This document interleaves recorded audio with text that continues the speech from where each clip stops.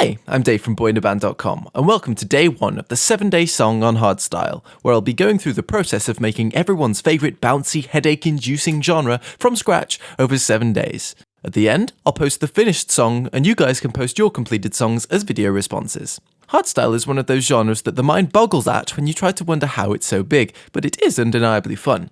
Ridiculously heavy kick drums and swingy triplet heavy riffs are the order of the day here.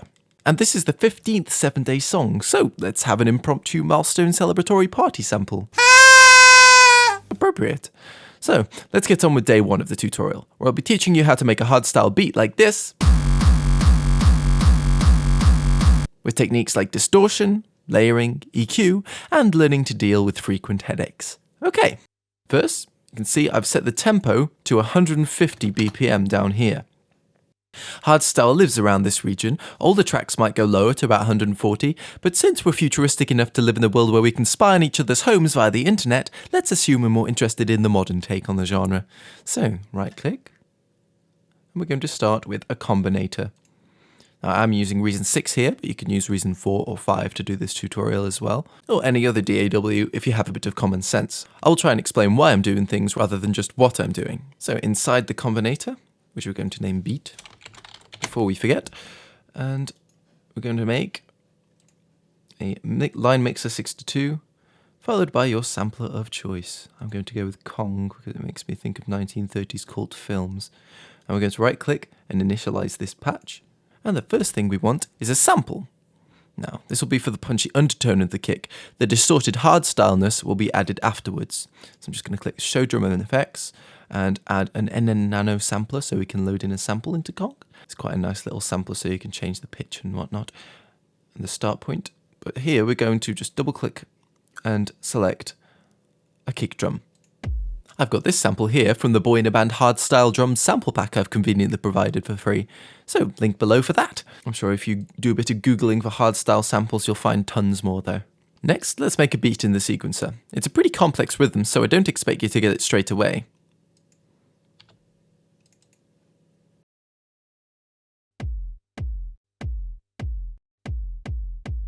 Okay, well there is something slightly more interesting with hardstyle kicks than with conventional dance music. Let's make this 4 times as long.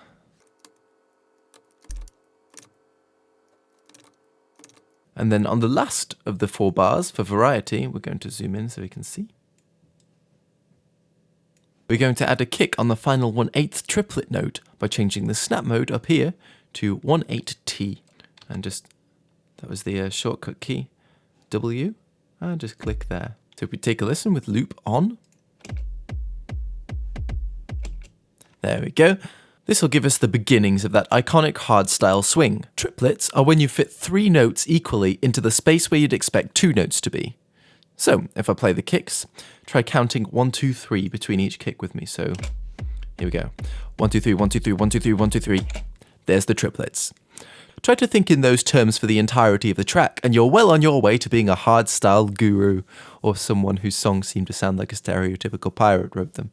You'll find a lot of congruencies between hardstyle and pirate music. The other method of achieving that swing is using shuffle, which I'll show you an example of in day 2, but you probably will want to stick to one or the other as a general rule, so everything is hitting at the same point. If your kicks and claps are slightly off the beat from each other, for instance, it'll just sound messy. In a genre like this, anyway. With one of the most important aspects of hardstyle explained, let's move on to processing our kick. Now we're going to start with an EQ inside Kong, just to show that it can do that. I'm going to turn on FX1 slot to parametric EQ, just full frequency, and bring up that gain, just a bit like that, around 90. And we're going to try and widen the Q a bit, make it a little bit brighter. But you only get 1 frequency at a time with this EQ, so I prefer doing this. Route the drum output at the bottom here to outputs 3, 4, create a compressor and an equalizer, holding shift so they don't automatically link to anything. Then, hitting tab to look at the back, route from the audio outputs 3 and 4, remember we said output 3 and 4, into the compressor, then the equalizer, then back into the mixer. And now we can use units outside of Kong to process our kick. Convenient stuff. The compressor's default settings I found work quite nicely just to tame the kick a bit, but with the EQ, let's add some low end punch and just turn on param 1, take it all the way down to about 70, something like that. And let's bring it up.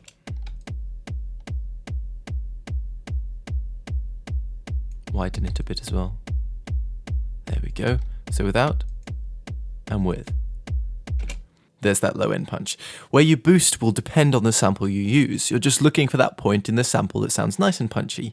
If there isn't one, it's because your sample is crap. Then let's use parameter 2 to boost around 11 kilohertz. So nice and bright by a similar amount. And again, we're going to widen it up. So without and with. This won't really be noticeable when the kick is layered with the distorted hardstyle kick we'll make soon, but in the sections where the kick is just on its own in the track, it'll stop it sounding too muffled. Next up, let's add some top end. You might want to do this in a whole separate combinator if you like precise control of your mixing, but for me it's just too convenient to pass up the opportunity to add in a nice ride cymbal here. Since Kong offers the ability to link samples together, so when our kick is triggered, we can also trigger our ride. This is another quirk of hardstyle. Often you'll hear that rides and hi-hats, and claps for that matter, are all hitting on the same beat, rather than on the offbeat or anywhere else. Hardstyle pretty much hates syncopation of any kind. Subtlety is not its strong point, kind of like a deft chainsaw salesperson, I don't want to offend anyone. So, linking the ride, first we're going to put it in, since that helps. Again, convenient ride here. Then we're going to use the pad groups section up here to use the link D group, first link group, to link both the kick and the ride. So now when we trigger the kick, you'll hear our ride being triggered on every beat as well. Awesome, this is already sounding like a masterpiece. As with most dance music genres, you'll find elements tend to come in as the track progresses. So for instance, if we wanted our ride to come in 8 bars after the kick, we'd just do this. Find where the ride channel is in the mixer, up here. Remember, we routed the kick to this separate channel, so here is just the ride. Then Alt-click on the mute button. Alt-click. Alt-clicking is the shortcut for right-clicking and going edit automation. Cheers to my home slice Dorincourt for pointing that out to me. I love little tidbits like that, especially because they give me an excuse to use the word tidbits in my videos. Now, we can draw in a section where we want this muted in the sequencer. So here we have that lane that was just created. We double click, open it up, and just draw in that top note. Then take a listen. As you can see, that just cuts it out entirely. And boom, we have changeover time. I feel like a scientist or something. Now for those claps and snares. I'm going to make these in separate combinators simply with an instance of redrum for simplicity's sake when it comes to mixing, since it gives it its own mixer channel in Reason 6. So, combinator, dat clap, and yep, there's dat clap. And let's put in that redrum instance. Initialized, of course. Now, claps in hardstyle are like a gluttonous rodent, cheesy and unimaginative. The more obviously programmed and tacky they sound, the better. This is the only time you'll be able to get away with crap samples and blame it on the genre, so enjoy the experience. Now, I've got this clap. Perfect. And this snare to layer it with, which is generally the order that things appear in hardstyle. And I'll just magically make some notes appear in the sequencer. There. Now I drew these in much the same as the kick, and check out how much I abuse the triplets. That kind of came out a bit dodgy. Oh well, this is the internet. You're probably no stranger to that kind of thing. So the snare is exactly the same rhythm. Move to the note for the snare. So just to do that, we'll add a new note lane, draw in a new one, and I'm going to copy in these notes, moving them up to the snare.